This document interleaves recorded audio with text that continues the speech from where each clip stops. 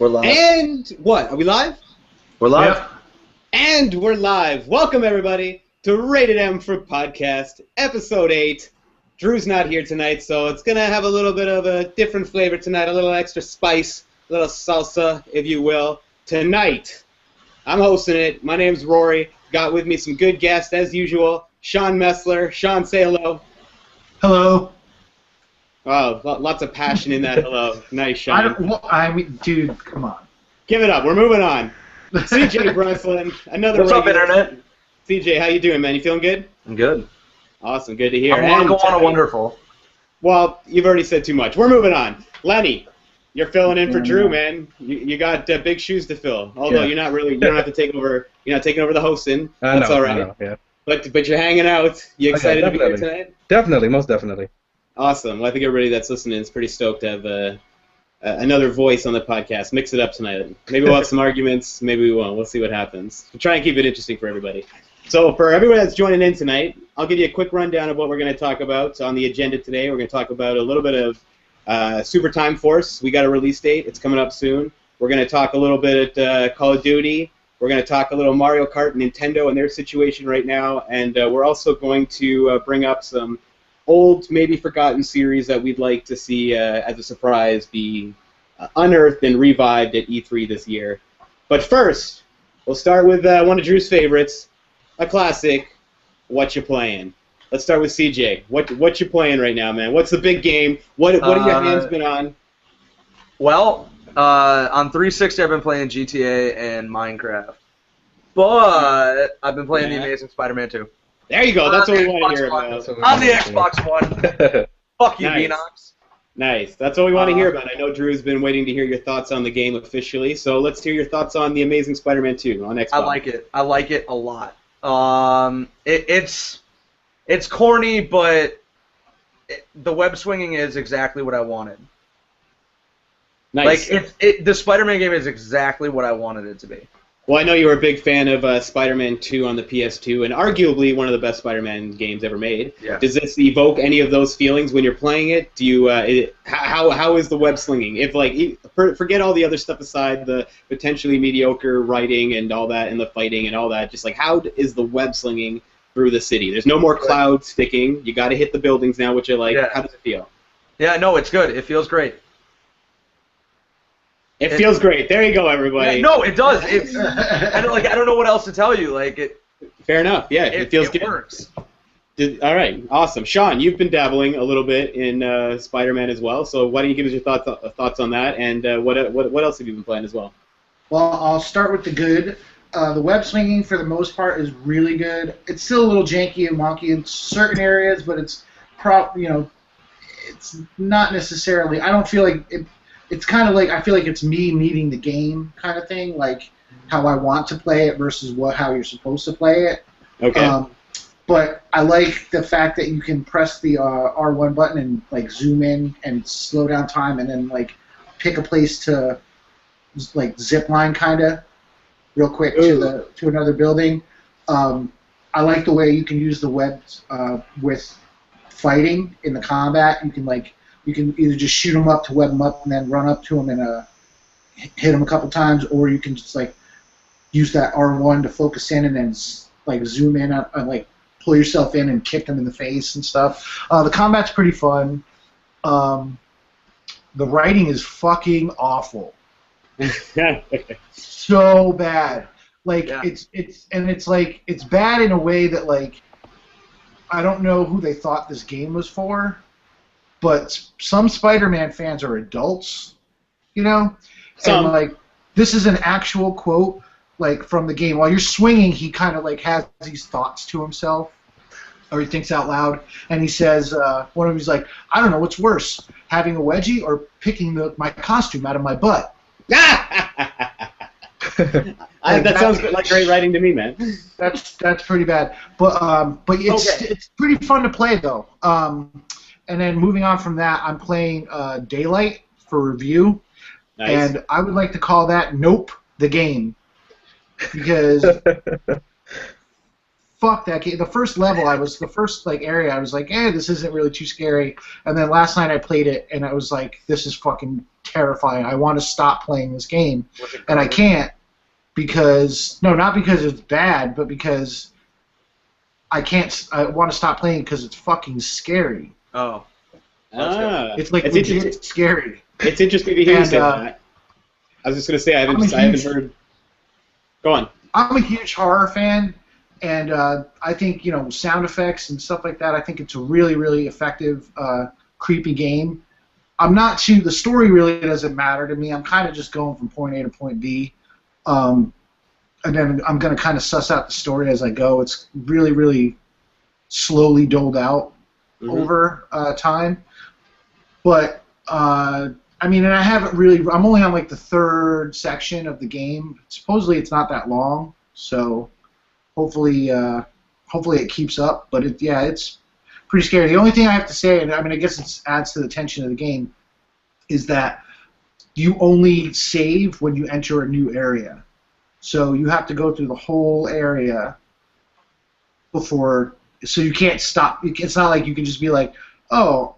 Which I don't like because I need to set aside a huge chunk of time.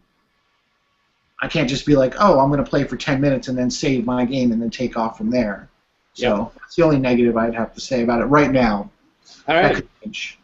Nice. Okay, moving on. Lenny, what have you been playing? Try and keep it a little bit tighter than Sean. Gotcha. Well, I'll start with 360. Fuck you. I'll How start are you with going to talk about a game? CJ barely talked about what he thought his favorite. Yeah. Swinging is good. No, I agree. Let's show him how it's done. Find a comfortable balance between not giving anything and I'm just messing with you, Sean. I'm just messing with you. But let's keep it. Say everything you want to say, but let's keep it tight. Let's see what you're playing. Gotcha. I'll start with 360. NCAA 14 online Dynasty is amazing. Play with my boys. I think we're in year 17 of Dynasty. That's self-explanatory. And it's the last game. It's the last NCAA for a while. Fight Night Champion. I also feel like that's going to be the last boxing game we'll see for a very long time. Ooh. And Hitman Absolution, but I'll come back to that. On the run, 2K14. I mean, it's NBA playoff time. What better time to play than now? And my team in Blacktop Pickup, I should say, still pretty fun. And then FIFA 14, obviously, because it's FIFA, dude. Who doesn't have FIFA all year long? No. If you play sports, at least. Now going back to Hitman, I don't know if you guys remember, but it was a free game a couple months back. I downloaded it, but never touched it. And then I came back to it today, and it was earlier this week and a little bit today as well. I was just like, this game was like beautiful. And then I thought about it, and I remember it going on sale really quickly because it didn't have much longevity. Yeah. That's the only issue with the game. Like everything else is perfect. It's just there's no really like a multiplayer like they tried to do with Tomb Raider. It's just nothing. It's just nothing there. So once you finish the story, it's like, do I want to do 100% completion or am I done? No. The contracts mode, man. Well, yeah, contract. I mean, that's interesting, but how long is that going to keep up? Well, I mean, I don't think it's going to sustain like a Call of Duty or anything like that, but I still feel like that game has a lot of replay value in that alone. Yeah, I mean, but also, and the game's been out for what, a year, 2 years now, almost over a year. 2 years. Yeah, so just over a year. Okay, so yeah, it's like, I mean, it to me again, it doesn't seem like it has that kind of longevity, like you said, of like a Call of Duty, which I don't expect it to.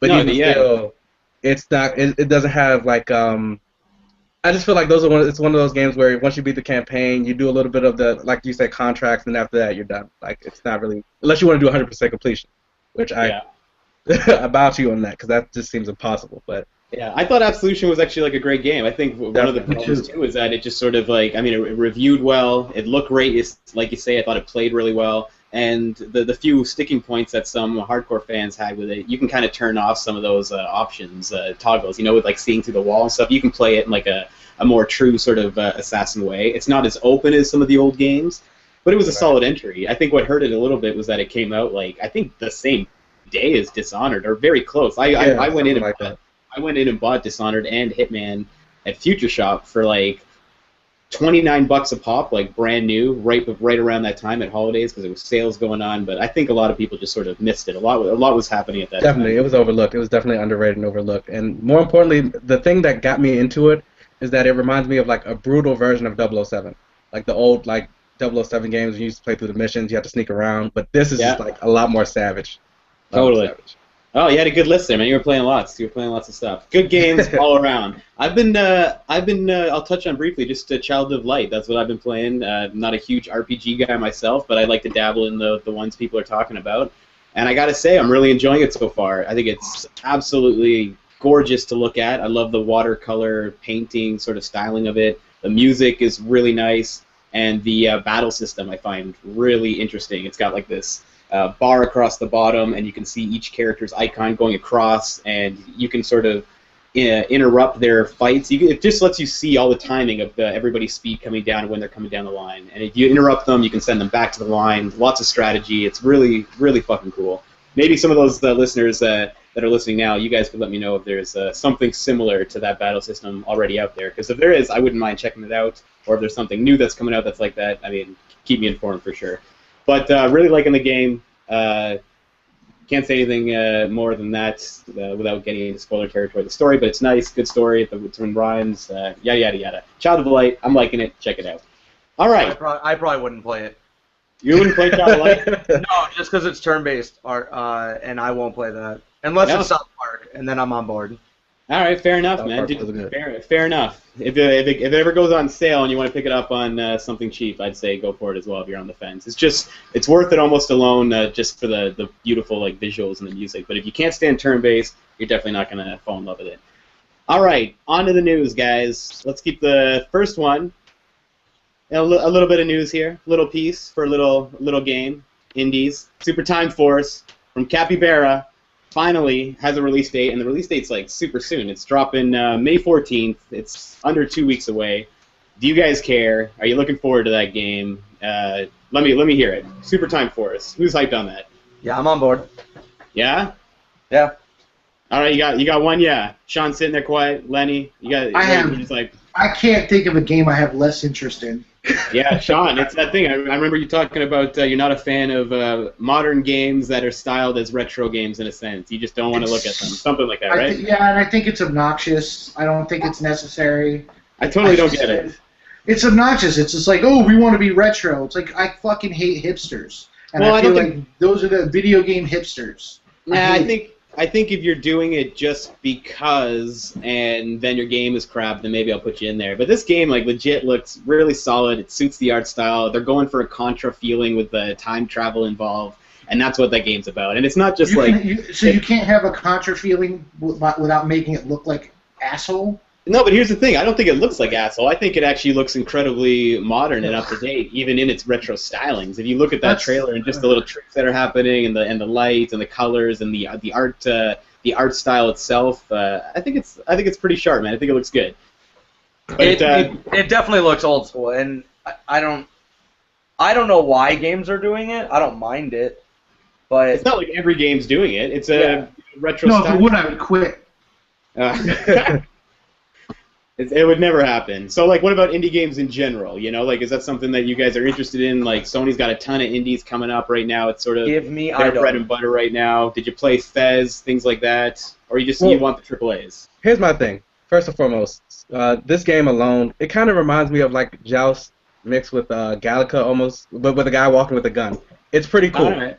Yeah, it's pretty cool, and it takes us back to retro gaming. It's linking us back to our roots as gamers and where the gaming really started at. I mean, it's kind of as you all said, modern, in the sense of some of the graphics does look old, but not really.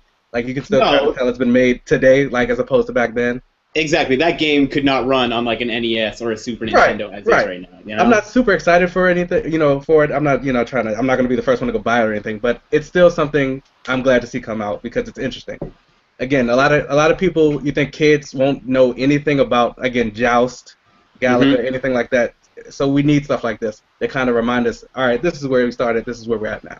Totally. What I thought was cool, too, is actually, I didn't even realize this until today, and if the news has changed from what I've read, please somebody inform me, but I was under the impression that Super Time Force was a multi-console game, dropping on a bunch of stuff, but it looks like it's only on Xbox 360 and Xbox One. Is that correct? I didn't see anything about that, but if it is, that is actually quite interesting. Yeah, that's a really great pickup. Capybara is also dropping below, right, which looks really cool to me on Xbox One. I think it's going to hit Steam as well, but that's another sort of like as in the console space, it's another Microsoft indie exclusive that actually looks really fucking good if you're into those type of games. If you're not into indies, it's whatever. If you're casual to indies, maybe Sony's got a lot more indies on there. And some I'm good super excited just for seeing Below and Super Time Force being exclusive to Microsoft and or possibly Steam. I'm just sort of like, that's pretty cool, man. Those are two high-profile exclusive indies that I personally would want to play. What do you guys think about that news? I'm super excited for Below. Yeah, Below looks great, man. I like some indie games, but I just don't like retro-looking indie games. Like I love Stealth Inc. I loved Limbo. I loved Limbo was amazing. Brothers for all intents and purposes was indie because even though I had a publisher, 505 is not a very big publisher. So I don't have a problem with indies just because I'm really interested in the Swapper. I really want to play Rime. Below looks interesting. Transistor looks interesting. Those games that I want to play, but I feel like they're doing something. Look at No Man's Sky. I've said this before.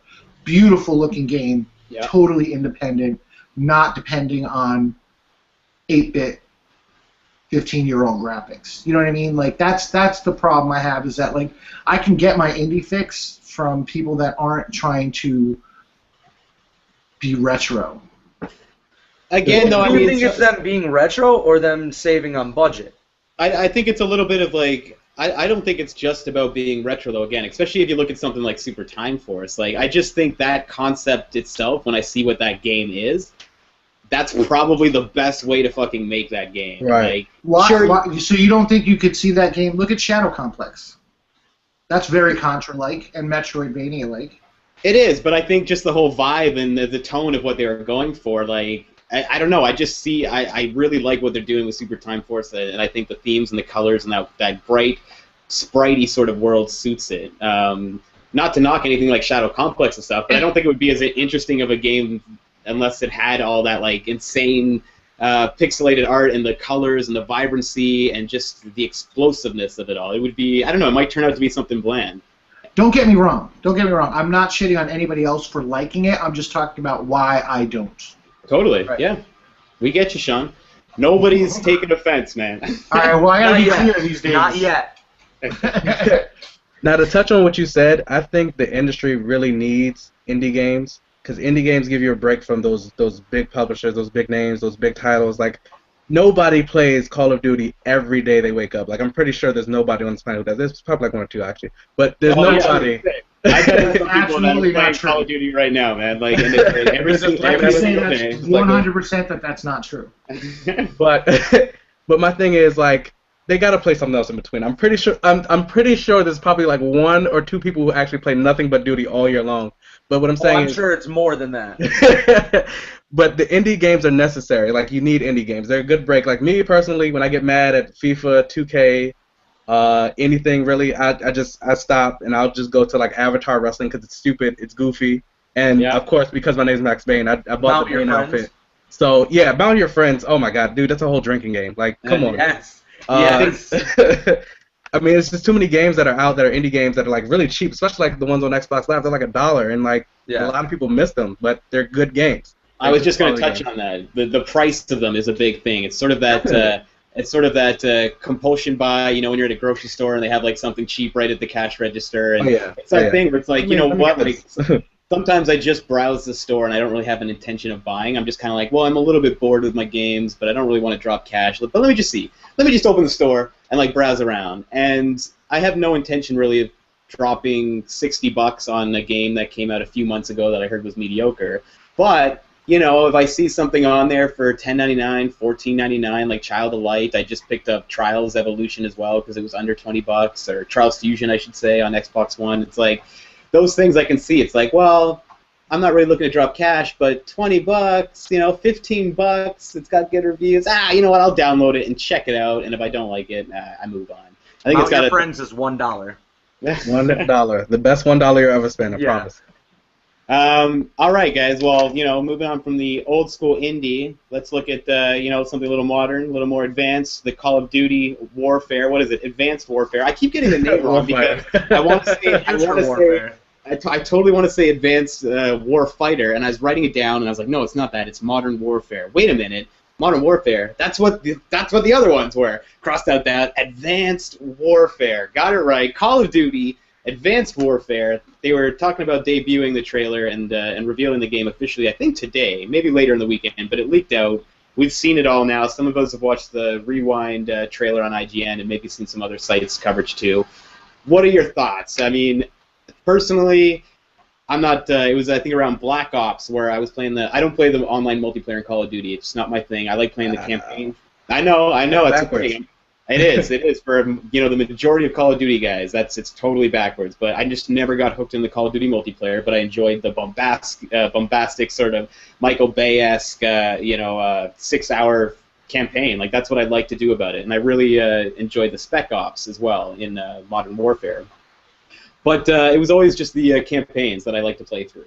And it was Black Ops 1 where I finally just checked out because I was playing in the room and I realized, oh shit, these guys are just going to keep running at me until I get to a certain part in the room. And then one of my AI soldiers ran a corner, went down a hallway. I figured it's safe. I saw him go all the way down the hallway, hang a left. I'm thinking, all right, I run down the hallway. And it turns out he had run past a bunch of guys. They kill me. And me and my friend were just like, why are we playing this game anymore? It just felt like I was just mind-numbingly shooting guys in an arcade room. And there was no point to it. I couldn't follow the story anymore. Not that it's complicated. It was just I didn't give a shit. And the gameplay, didn't appeal to me. But that's on a different side to the online multiplayer, obviously, which I totally understand why people get hooked to it. I just didn't. This campaign trailer comes out. Once again, I'm hyped, I'm excited just to play the campaign. I saw a ton of new ideas in it. What did you guys think? Give me your impressions of the new trailer. Are you hyped? Do you want to play it? So, I officially called it quits with Call of Duty after Black Ops. Well, after Modern Warfare 3 came out. Oh, yeah.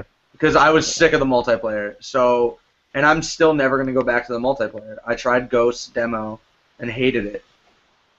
So, I'm done with that. But this is the first story that I'm actually excited about again. And it's partially because of Kevin Spacey. It's all because of Kevin Spacey. That was a big reveal. I didn't see that coming. Kevin Spacey, guys, what do you think? Frank Underwood. I'm a long-time Call of Duty fan of the single-player and the multiplayer. I didn't think... my reasons for liking the campaigns have left to do with mechanics. I like mechanics. I think they're pretty much flawless. I just don't... The story of Black Ops didn't really interest me all that much. I thought it got kind of convoluted with the numbers and all that shit. Modern Warfare 3, for all intents and purposes, considering what went on behind the scenes, I think it turned out better than I expected it to. Oh, but Black Ops 2, I loved. I think they brought a lot of new ideas to the campaign. Right. There was branching story paths. There's multiple endings. They had the Strike Force missions, which weren't great, but I got the idea of what they were trying to do. That was pretty cool. And then the multiplayer, I like the multiplayer. Ghost was the first multiplayer that I kind of checked out early, and that was mostly because I don't like the maps, and map design is huge. Look at Titanfall.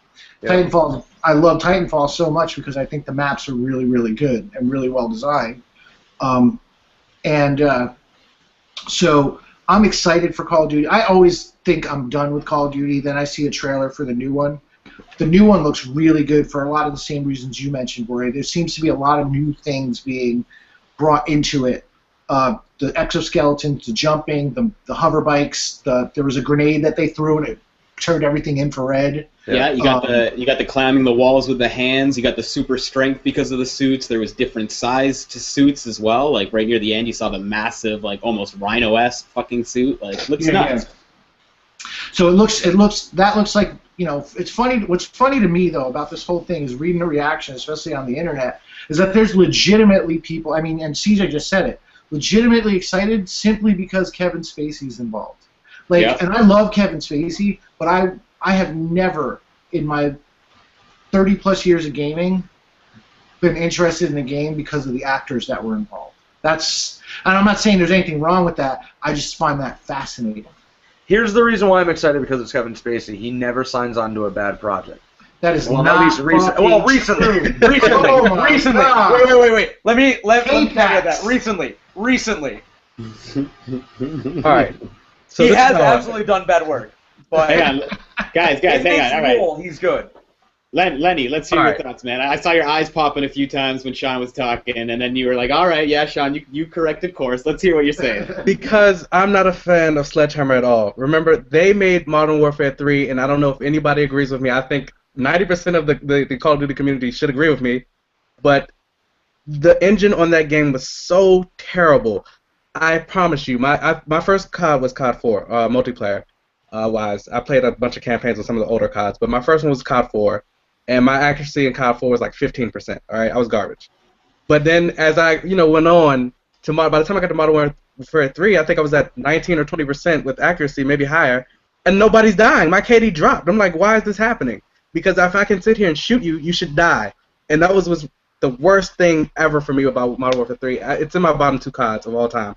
Like, I don't care what you say is the bottom. In my opinion, if you're talking to me about COD, I'm going to say Modern Warfare 3 every time. It was garbage. Again, this is what I was trying to say. I feel like you can't lay that completely at the feet of Sledgehammer, considering they didn't have the full 2 years to make the game, and that whole production was a train wreck.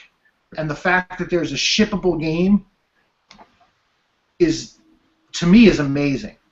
Hey, Sean, you brought And that's going to bring me to my next point of saying, I'm not going to completely throw this COD in the trash and rule it out. I'm not going to be like, I'm not getting it because Sledgehammer's making it. But the thing is, I'm going in with lesser expectations than before. So my expectations are down to here because like COD is just I don't know. COD is just becoming a pain, and like Sean said, Ghost was horrible. Like I traded in Ghost like probably a month and a half after I got it. I was just like, this is garbage. I played every now and then. You'll see it on my Twitch. I played every now and then, but I play with like a knife only and play hardcore because it's not fun. It's not fun for me. So that's what I do. I make myself interested in the game. Now, as far as Kevin Spacey goes, I've not played a single campaign since I think Black Ops, like you all have been saying, since Black Ops. Yeah. But because of Kevin Spacey, I think I'm actually going to play the campaign, and I think that's going to boost sales. And what I've called this is a beautiful power move by the Call of Duty franchise, and it's a stroke of excellence. It's just genius to bring him in. When you got the money, why not spend it, right? And it looks like they may have spent it in a good place. And they've had a great time. You can't argue with that at all. Because House of Cards and then this link into it was the perfect time. Yeah, and Sean, you touched on something too with Sledgehammer. They jumped on, they didn't have the full 2 years to develop that game. Now, correct me if I'm wrong, guys, but I think this game from Sledgehammer, which is also being designed with next-gen and PC as the lead platform in mind, the first one, getting the full 3 years of development. Yep. Sledgehammer's got something to sort of like prove to themselves too. They're taking on. It's the first like built for next gen thing. We've seen a lot of new ideas, like arguably the most new ideas I've ever seen in a Call of Duty trailer. Usually it's like I see maybe one new nice thing. Last year was the fish and the dog, and you're like, okay, all right, but it looks like Call of Duty. Like there's a lot of new fucking stuff in this one, and Sledgehammer's had 3 years, first game on that timeline. Do you think that's going to make a difference, guys? We've seen Kevin Spacey. Do you think the story will be good? Will there be a great narrative as well as a great campaign as well this time? Will the 3 years have paid off? Your thoughts? If I can go first, I really think that's exactly what Call of Duty needs, is a 3-year development cycle. I still think Modern Warfare 2 is great. I think Black Ops 1 multiplayer is great. I think Black Ops 2 multiplayer and, campaign were great. And those were done within a 2-year cycle. But by the same time, you still have to kind of stick to a formula, and you don't really have a lot of time to experiment when you have to worry about a big single-player campaign and the satisfying multiplayer. Now with 3 years, I feel like they can test stuff and they can really fine-tune it to get it to a level where it'll be better than releasing it and then being like, oh shit, the balance is off on this gun, so let's patch it. Like they might be able to get that stuff taken care of before it ships, Yep. But I'm excited to see a Call of Duty on a 3-year cycle. If it winds, I'll give Ghost 2 a shot because again they're going to have a 3-year cycle by the time that happens. And if it turns out that I only like one or two of the Call of Duty franchises, awesome. That saves me $60. You know, every other year. Yeah, and you know what? I thought the game looked really nice too. They said in the trailer that was all captured. That's the Xbox One version. You know, regardless of whatever Ps it's running at and such, like it looks pretty nice. I saw people in the IGN's comments saying, "Oh, it still looks like shit. It still looks like Call of Duty engine." I was like, "What the hell are you guys looking at?" Like, I don't know. I thought it looked pretty nice, man. I thought it looked pretty good. Lenny, what are you thinking? Yeah, it was definitely beautiful. I mean, I again, had it not looked so well, had Kevin Spacey not been there, I wouldn't have been as wrapped into it. But like, I saw the trailer, I was like, oh my god, COD! Like, it's the same thing every year. You go, oh, I'm not buying COD this year, and then you see the trailer, and you go, okay, so I lied. COD, take me, please. Like, that's the same thing every year. Yeah, Assassin's Creed sort of has that same hold for a lot of people where it's like, man, you know what? You burned me. I felt burned with number 3 after the great trailer, but even then I was like, fuck it. That, you know, number 3 burned the series for me. I think I'm done. And then the Black Flag trailers came out, and I'm just like, yeah! I still haven't even touched Black Flag yet. I still haven't touched it. I can't. Well, we won't get into it, but it's a good game, man. It's a good game. It took over as my favorite in the series. CJ, you got any final thoughts to wrap up on Call of Duty? Not really. I just want to play Treyarch's next one. Yeah. Zombies. I just want to clarify one thing, because I've talked to people about it is coming out for last-gen consoles. It's just it's a downport, right? It's lead on current gen. It's exactly.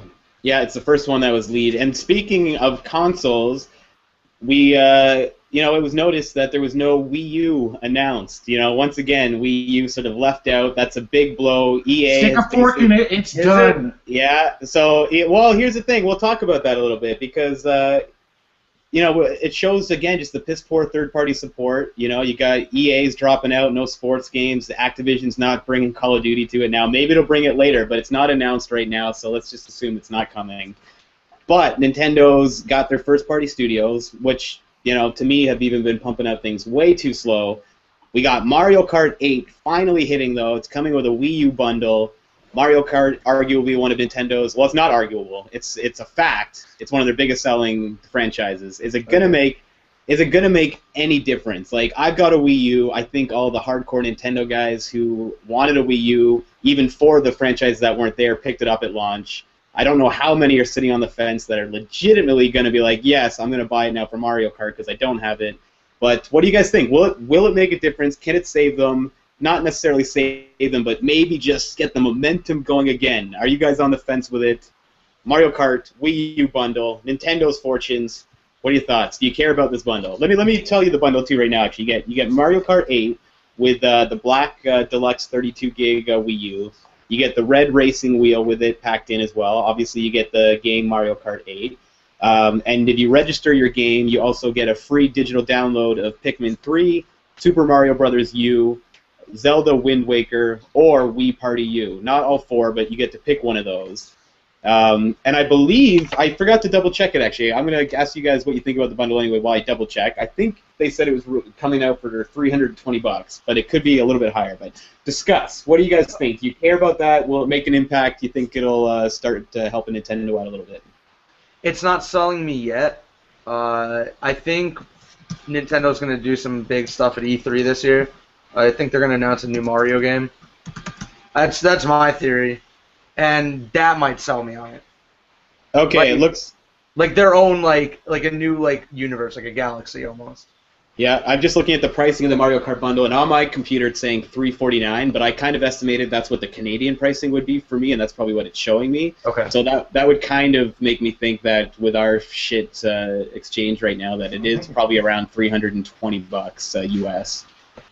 So $350 Canadian. I'm going to shoot around $320 US for that. That's a pretty good deal if you think about it. You get Mario Kart with the deluxe Wii U. You get the red wheel if that's your thing with the motion control, and you get another free game on the side as well. It's not bad. I was saying 2 free games. Yeah, that's pretty good for $320 roughly or so. I think maybe they should have put it at $299 because it just sounds so much nicer at $299. So much nicer. It's $20 more, so maybe $50 more max if you're on the Canadian side. But it's just like fuck, man. $299 to $350. There's a huge difference there.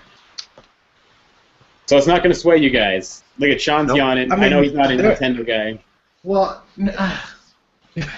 You've you go grown first. it. You go first. You've outgrown it. And we all know that's not going to sway me, but I don't think it's going to sway really that many people. Period. Well, that's what I'm wondering.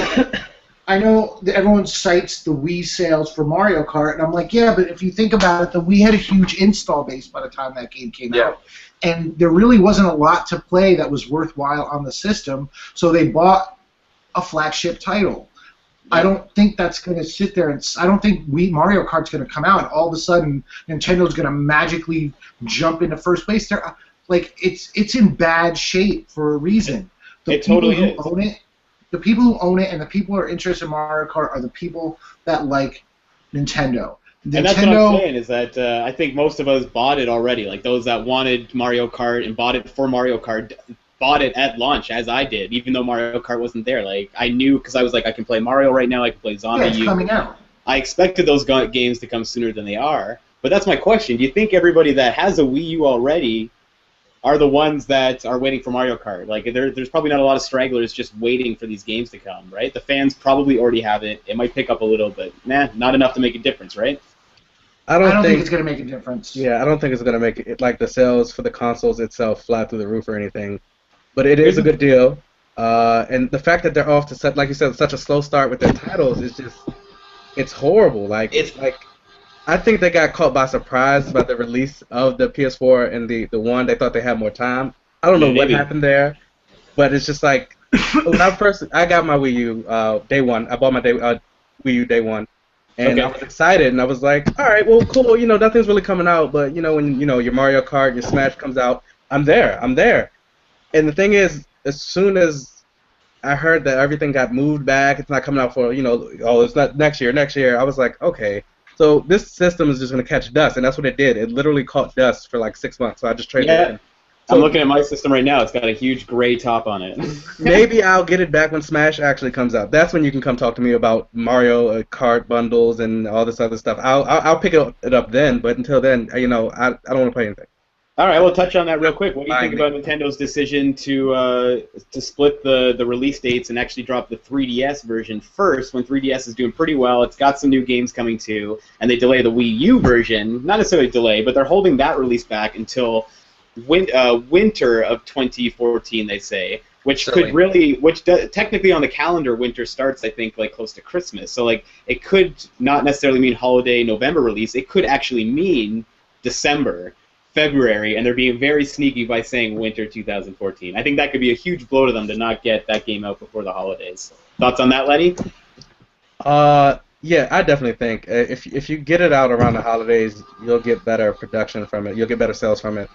If they opt out to not do that, they're going to be taking a big hit. Like that's going to be a big mistake, in my opinion. Yeah, because unless they've got some surprises at E3, but we'll talk about that. Unless they have some kind of surprise.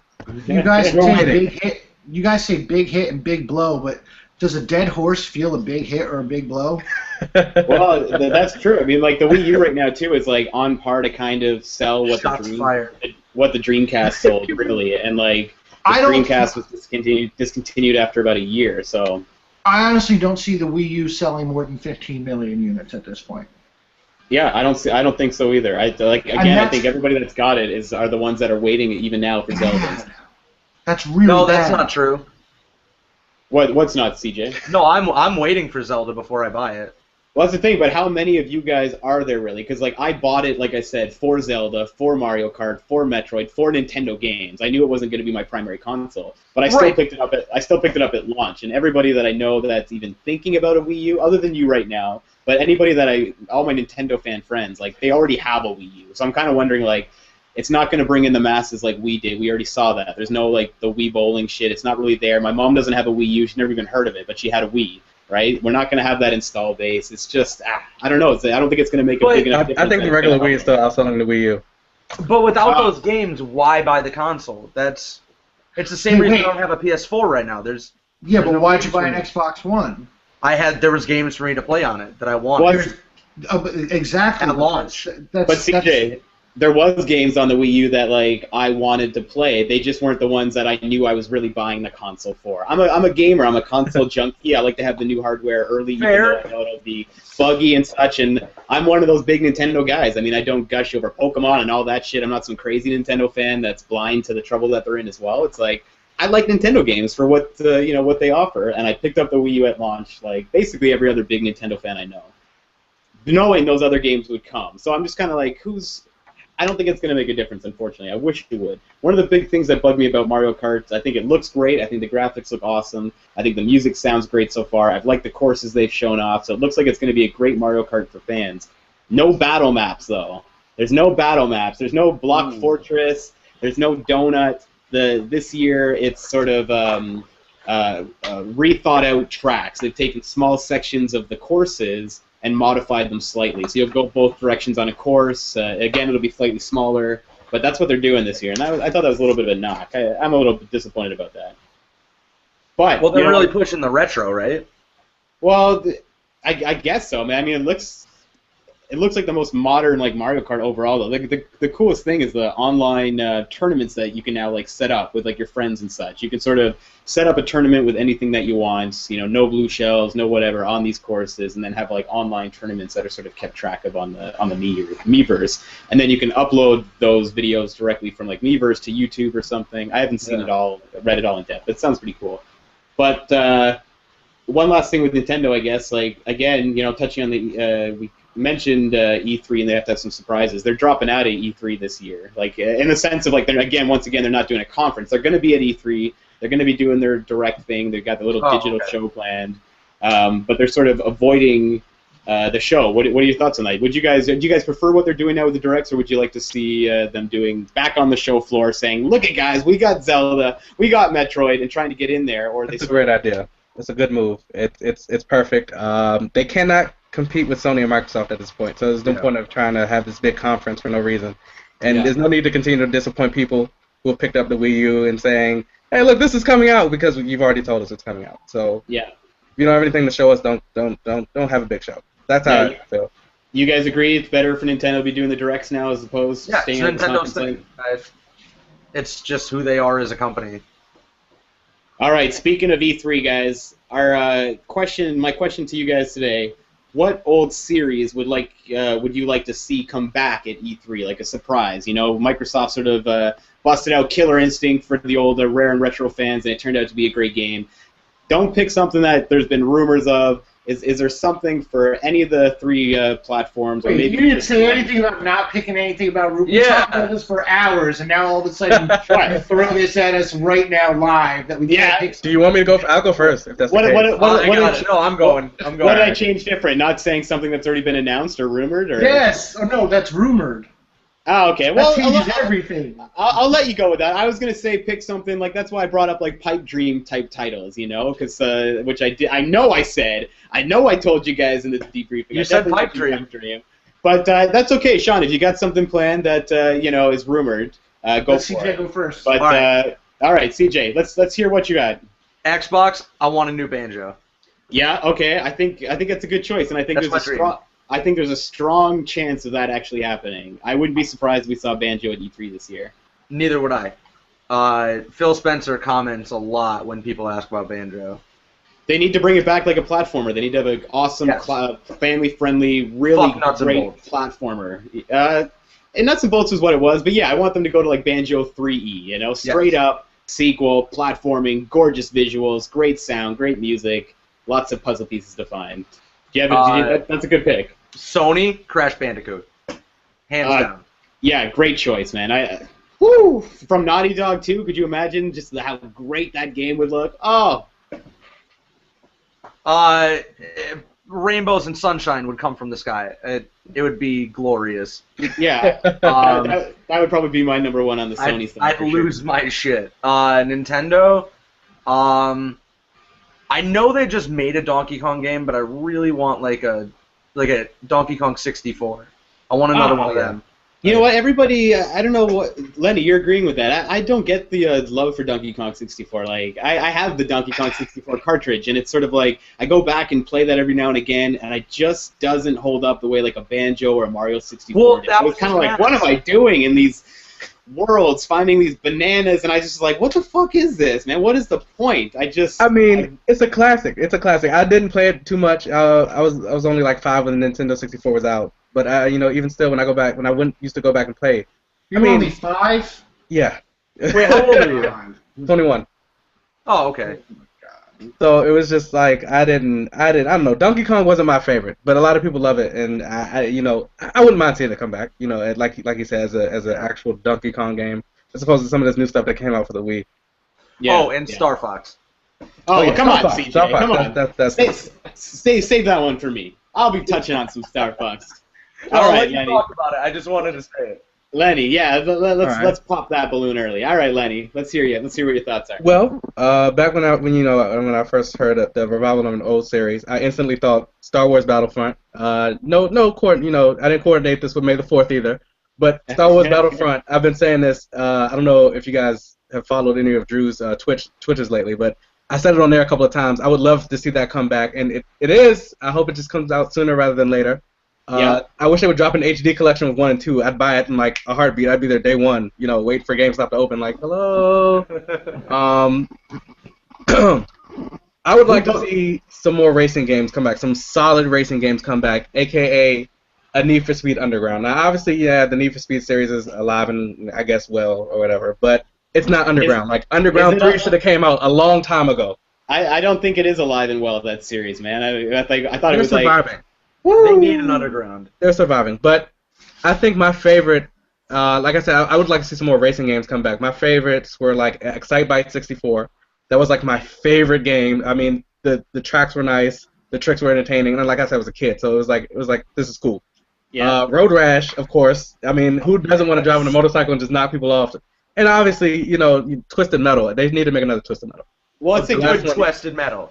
All right. Well, you mentioned Road Rash there, which I don't know if you know is getting kickstarted, I believe. Anyway, I thought I saw that pop up a few months ago by the guy. I think one of the original guys. But there's a video out. You can Google the video. You can see it how it's looking in its early state. And honestly, man, I loved Road Rash. And I looked at it. and I was like, this is not what I imagined. Like, this is not the game I want. At one point, they pull out a machine gun, and you're just like, no, it should not be about bullets. It was rated T. It needs. Don't make it rated M. Wasn't it rated T?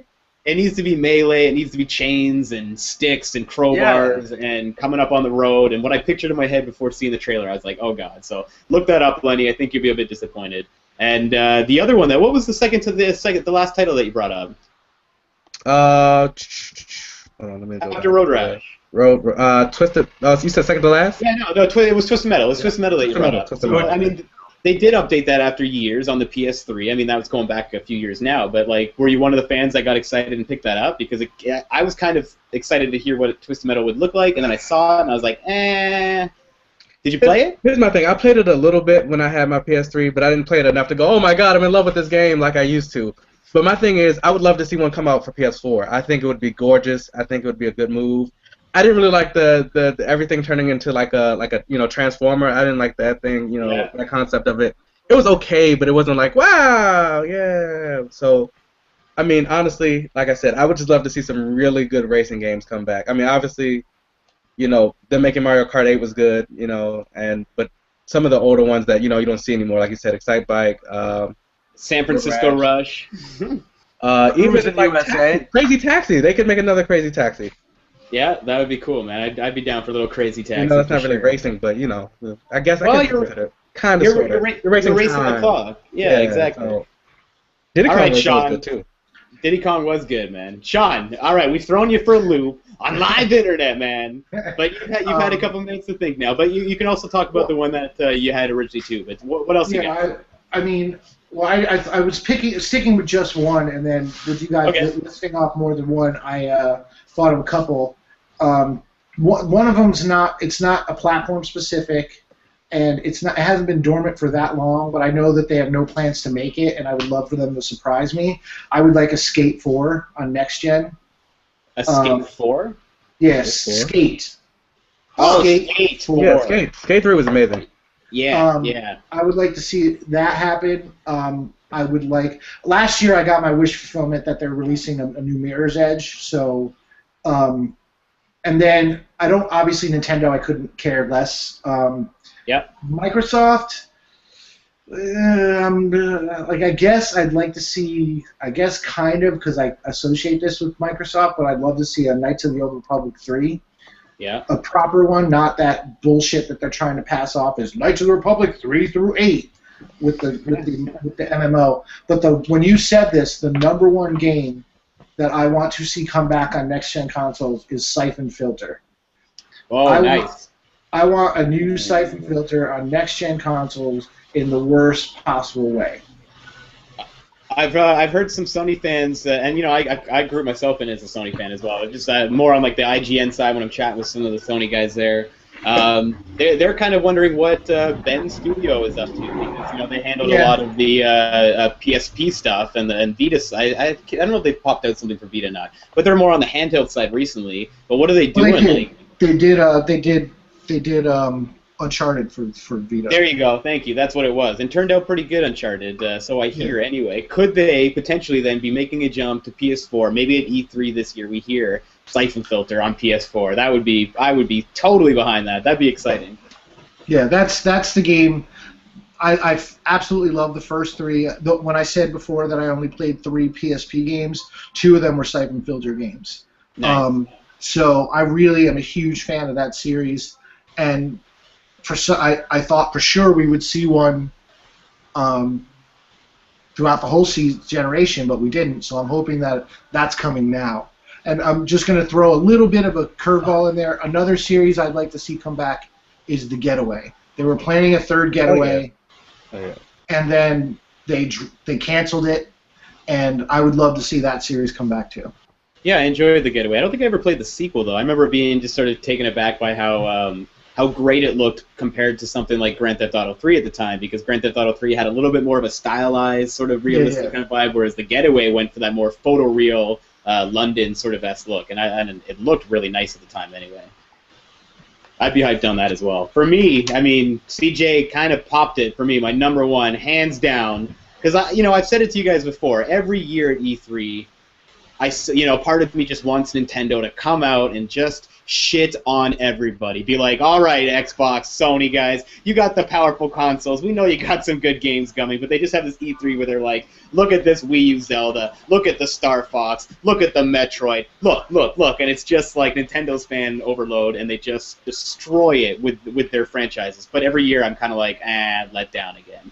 But this year, we're going to see Smash Brothers. I know that. We may get even just a tease, something, maybe just a tiny bit of video, something to tease of Zelda. But it's hands down Star Fox is what I want to see come back in the vein of like the N64 game where it's on rails mixed in with also some open world free-form flight areas. Yep. Let it be 4-player on the couch co-op. Let it be 4-player online with your buddies. Also have like an online competitive thing where you can be in the arenas with 16-odd people just Star Foxing it up. Maybe you take some teams on there. But Star Fox, man, hands down. And if it opened up with like a training level to get people used to Star Fox again, and the training level was inspired, it was like an updated visual look to the original Star Fox on like Super NES. It's like we're in the training facility and it looks like the Super NES game but done on next gen. And then you get into the other shit that's more of like an upgrade to the N64 game. That's the one game. Star Fox on the Wii U, looking gorgeous, would be my hands down number one pick. I would just lose my shit if they announced that. I have a question though. So I loved Star Fox when I was a kid, and one of the reasons why I liked it is because I loved the look of it. Yeah. You know what I mean? Like that weird. It was almost like polygons before they could really do polygons really well. Yeah, it had that really cool look, and I feel like that's kind of part and parcel with why that game is so memorable. The original release. Yeah, so do you think, keeping that, but, smoothing out the edges, or do you think it should be, 100% updated? Because then I don't feel like it might not be Star Fox. No, when I was first thinking about it, the first thought came to mind when I was thinking about, next gen, sort of next gen Wii U Star Fox, was it looking like the Super Nintendo game stylistically, but really done beautifully on the next gen hardware, where it's like these simple sort of shapes and polygons, yet they're reflective, and it calls back that Super Nintendo game. But then I thought maybe that would be too stylized and bizarre for a bigger audience now, and it might be too niche. So that's why I was like, maybe if the training area was done in a simulation, and that's what it looked like then. And then when you got into the main game, it was more still stylized after the Nintendo 64 version, So we're not shooting for any kind of crazy photorealism. We're stylizing it, but again, it just looks really nice. You see the bolts on the plane, and you see the details of the character's fur when they're chatting, and just really as close to next gen as it can. But if I had a choice, I would say stylize it after the Super Nintendo game.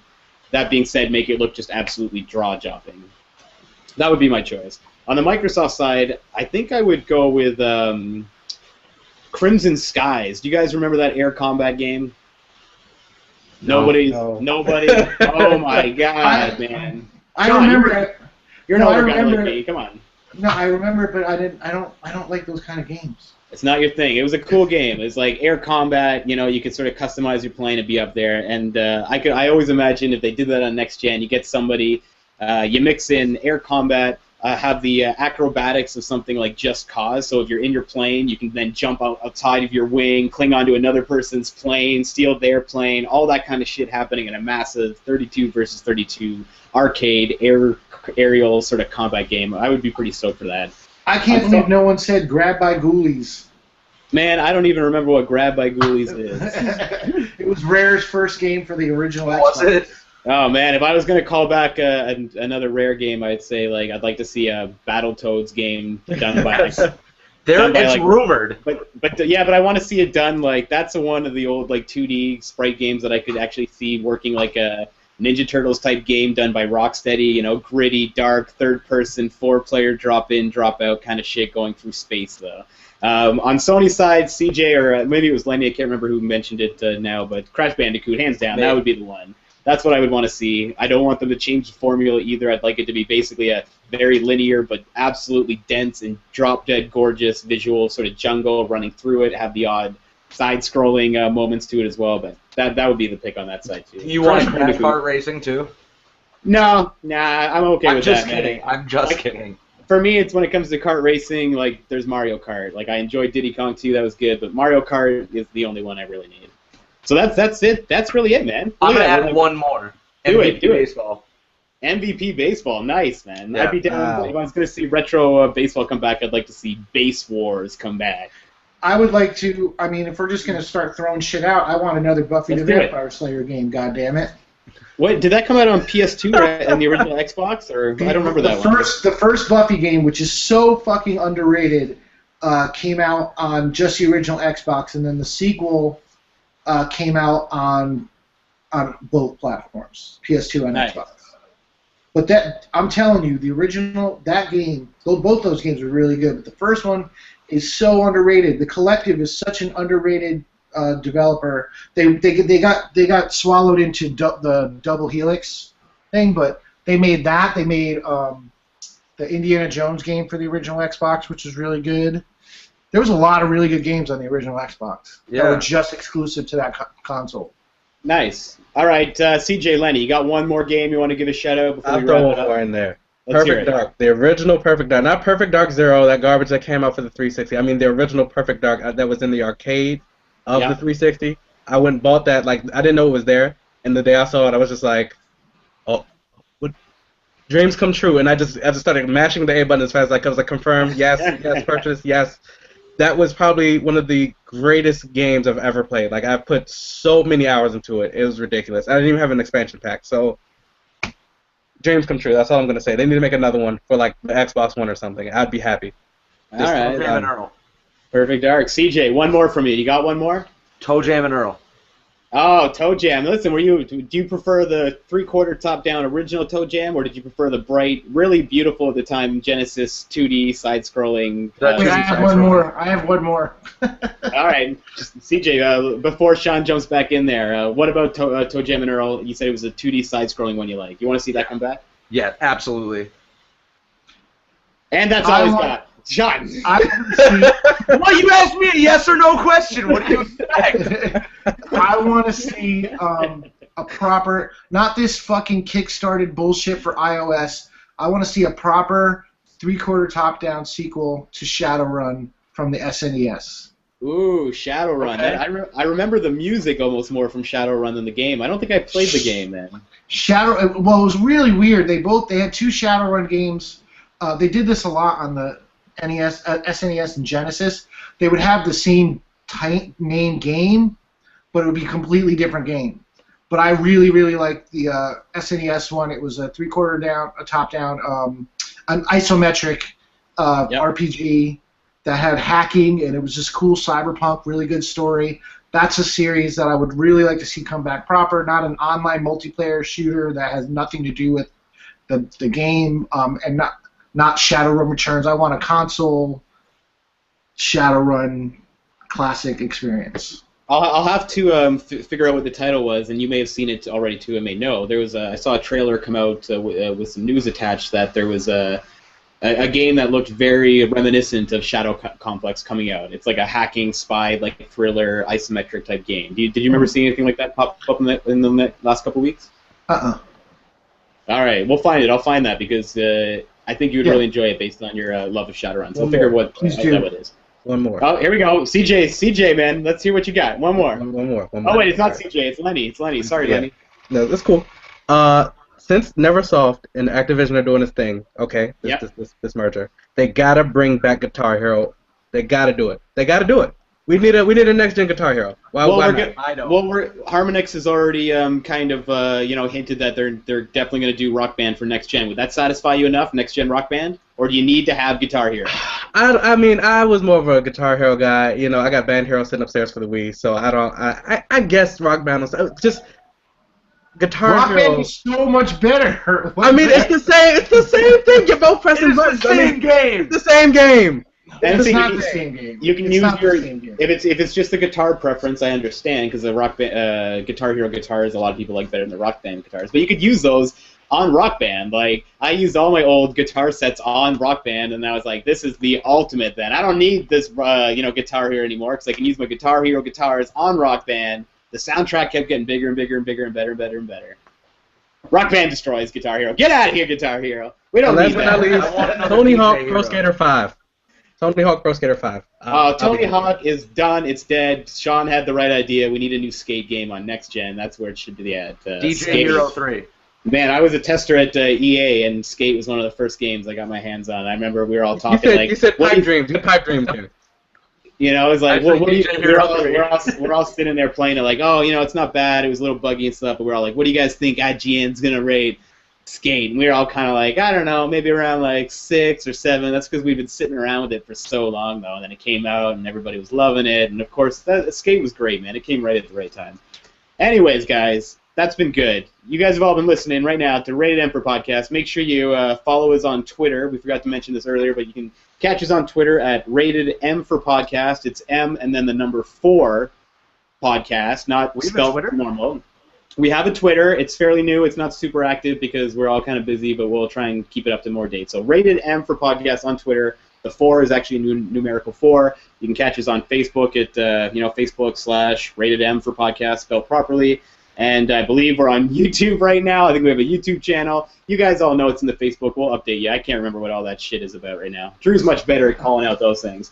Thank you for listening. What else am I missing, guys? Anything? I mentioned Black Ops 2 was pretty awesome. Yeah. All right. Any shout-outs? Any things you guys are working on? You got something coming up soon that you want people to check into? What's up? Sean, go first. Yeah, this week we're going to be starting the Titanfall League. Again, you can go to Unlock Titanfall League. There's still some time to register, but we're actually going to be starting proper this week, scheduling matches and stuff like that. We'll post Twitch feeds and stuff, so you can follow up on that stuff. Get in on the trash talk. Redacted is going to take the whole thing. I don't think anybody should even show up because we're definitely going to take the whole thing. But, damn right. It's going to be a lot of fun. And then, that's going on. And then over at my site, GameHorizon.com, my review for Daylight will be up soon. And every week we do a podcast called the After Hours Podcast. It's up every Wednesday. And every Thursday we have our weekly top 5 list, so look for that. And that's all I'm going to plug. That's all he's going to plug, guys. CJ, next. I'm a busy man. Keep watching me on Twitch. I think I'm going to do a giveaway at 100 followers. I'm at like 50 now, something like that. Nice. Is it a date? Are you giving away a date? No, not yet. That'll be 1,000. Be? That'll be 1,000 followers. All right, check out CJ's Twitch. You have it up on your banner there for people to see. There you go. Nice. Also, Lenny. I got a whole list to run through. Holy shit! Twitch- Oh, here we go. I'm The new guy. Okay, all I right. want to thank the Academy and. No, but follow me on Twitter at MaxBane007. You can add me on Xbox Live as well. It's my gamer tag. It's also my Twitch, obviously. But really, the big thing here is Infuse Gaming. It's the company I started. I'm co-creator, co-owner of Infuse Gaming. We're looking to open up in the DMV area. Pretty much, we're going to host tournaments, gaming leagues. We'll have people come in just to play. Like, we have the Kickstarter up and everything. It's on our link. It's on the Twitter. It's right here. You can see it on my banner. Just, if you guys want to donate, feel free to do so. We have great giveaways. And we're looking to do more than just in our area. We're looking to expand and do some stuff outside of our area as well. But we need all the support we can get. So follow us. I also plan on giving out some Turtle Beaches this week. So stay tuned for that. Follow both my Twitters for that. All right, look at that. You guys know how it is. Tantalizing, the thing. We might have something for free. Maybe we'll have some giveaways. We'll see. You guys can check me out on Twitter if you want at Red Eye Games Live. I got to get more active on that thing, really, man. I was reading this thing. It's like, you want your Twitter to be successful, you got to tweet like 10 times a day. And I was like, holy shit, man, I got to get that all on. That's a lot, but that's why you get like Hootsuite and get it all organized and shit. You can check me out on Twitch on Tuesday nights. I have a guest over every week. We shoot the shit. We chit-chat. Some of you younger audience listeners like Jeffy or Jofi or Herfy or whatever your name is, forgive me. I know you don't know these old school terms like shoot the shit. Apparently it means shooting heroin now on the schoolyards. Guns. I just mean chit-chat. Shit. But you can tune in at the Twitch address that I have up there. It's every Tuesday at 8:30, and I just have a guest on, and we talk about a topic related to whatever game we play. So check that out. It's fun. Oh, and I also give away free games every week on that show, just to sweeten the pot. So check it out. Last week I gave away Child of Light, so somebody's enjoying that one. But anyway, everybody, thank you for hanging out. I don't know who was checking it out live. I know William was. He's a diehard. He's always in there. Thanks Shout to out to Will, man, and thank you for having me. Big shout out to Will. Thank you, Lenny, for joining us. In the absence of Drew, you were a great guest on the show tonight. So thank you. Thank you. CJ, once again, man, keep up the good work, brother. Awesome. Thank you for coming out. And Sean, of course, you always know how to rile things up on the Facebook groups, and we all love you for that. What's that thing that you like? Let me just put a pile right on top of that thing right there. Hey Sean, one day I promise you I'll fly out to where you are. We can sit down. We can play all the racing games in the world together. I promise. Just whichever game that you pick, that's a racing game. Before you All right, everybody. Thanks for watching Rated M for Podcast. You know where to find us. We've given some sloppy shout-outs. You can find us on Facebook as well, and we'll see you next Sunday. CJ, you know what to do. You got the power there. Let's stop this broadcast. Later, everybody. Bop!